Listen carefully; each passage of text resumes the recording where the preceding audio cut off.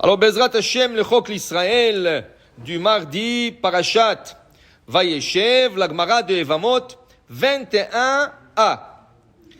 La Gemara discute qu'il y a certains péchés qui sont graves, mais certains qui sont plus graves que des autres. On sait que la tchouva, elle existe pour tout. Okay? La tchouva efface tout. Si la tchouva est sincère, Tashev enosh ad daka. Mazet daka. David Amelech il dit qu'Hachem fait retourner la personne jusqu'à daka. Daled, Kaf et Aleph. Daled, c'est dame, un assassin, quelqu'un qui a tué, qui a regretté, qui a fait tchouva, on l'accepte. Kaf, kofer, quelqu'un qui a renié sa religion et il retourne à sa religion juive et il accepte, fait tchouva, Akadosh Baruch Hu l'accepte. Aleph, Eshet Ish. Il était avec une femme mariée. Ça aussi, Akadosh Baruch Hu l'accepte. Mais la question, il y a des péchés qu'on sait qui sont très graves, mais la Gemara discute aujourd'hui de deux péchés. Pour la comparaison de deux, quel est plus grave que l'autre? Le premier, dit la Gemara, c'est Arayot. Quelqu'un, dit Rashi, qui était avec une femme mariée.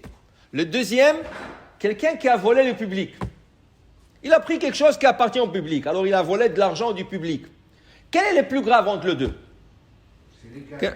Alors la Gemara va discuter. Et la Gemara dit, celui qui a volé de l'argent du public, c'est plus grave que Eshetish.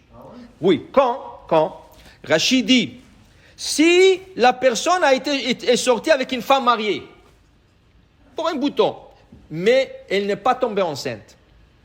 Si elle est tombée enceinte, c'est fini. Même si tu veux faire tchouva, tu fais tchouva. Mais le problème, tu as créé un mamzer. Tu as créé un bâtard. L'enfant là, c'est un bâtard. Et cet enfant-là, il ne peut pas se marier avec une fille juive.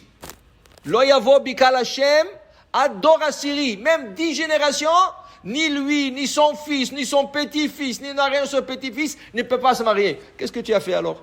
Tu as emmené quelqu'un dans le monde qui ne peut pas se marier. Alors lui, ce mamzer, il est obligé de faire la Torah Kula. Il est obligé de mettre le tefilim le matin, il est obligé de faire Hanouka, il est obligé de faire Sukkot, Rosh Hashanah, Kippour, tout. Mais il ne peut pas se marier avec une fille juive. Il y a des femmes qui peuvent se marier. Mais ça c'est grave si tu as déjà. Mais ici, Rachid dit, on parle, quelqu'un qui est sorti avec une femme mariée, mais il n'est pas tombé enceinte. Celui-là, il veut faire tchouva. C'est quoi sa tchouva? Tout de suite, il doit la quitter. Aucun contact avec elle. Il ne veut pas lui parler, ni envoyer texto, ni rien du tout. Et là, il demande à Hachem pardon qu'il était avec une femme mariée. Okay? Sa tchouva est acceptée. Mais quelqu'un qui a volé le public, quelqu'un qui a volé d'un public, dit Rashi. Okay?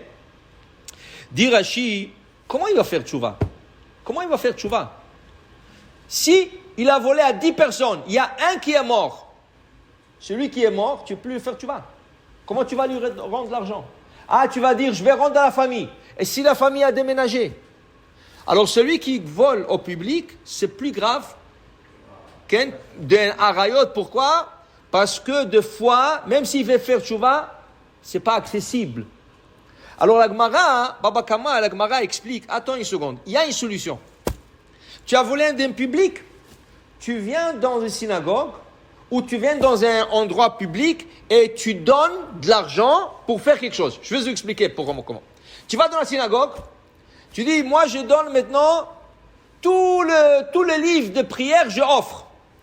Tout le livre de Chumash, je les offre. Donc, comment c'est la tchouva? Tu sais pourquoi? Peut-être le fils de celui-là que tu as volé, il va venir un jour dans cette synagogue, il va prier.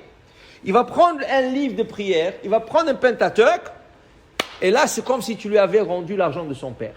Ça peut être le petit-fils, ça peut être n'importe qui. Je vais vous raconter une histoire qui est arrivée en Israël. Quelqu'un a volé de l'argent d'une personne. Quand il a fait tchouva, il ne trouvait plus la personne. Aucune trace. Il n'arrivait pas à le trouver.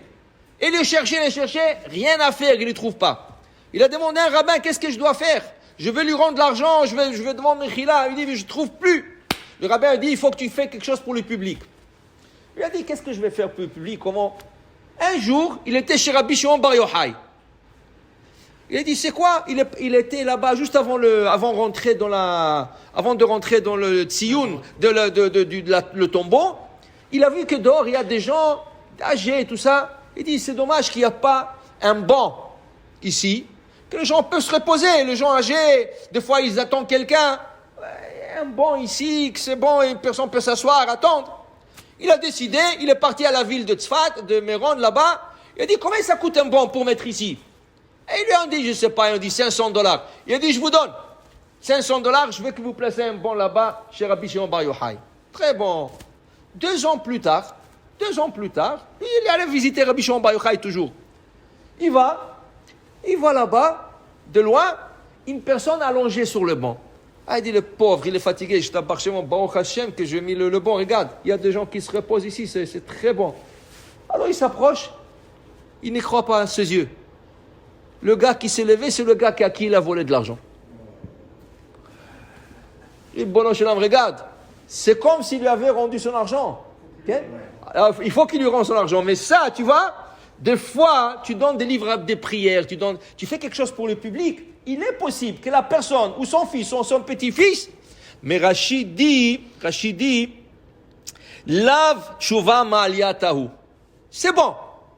Mais c'est pas comme rendre l'argent à lui. Tu lui as pris $10,000, tu fais un bon pour $500.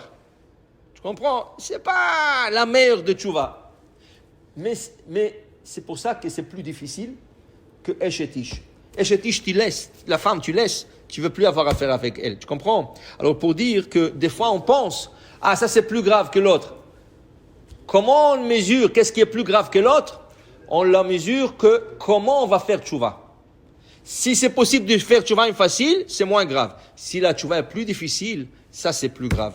Okay? Alors, en d'autres mots, il vaut mieux de ne pas faire un péché comme ça. Tu n'as pas à faire ni tchouva, ni à ça, ni à ça. Baruch Adonai l'olam. Amen ve amen.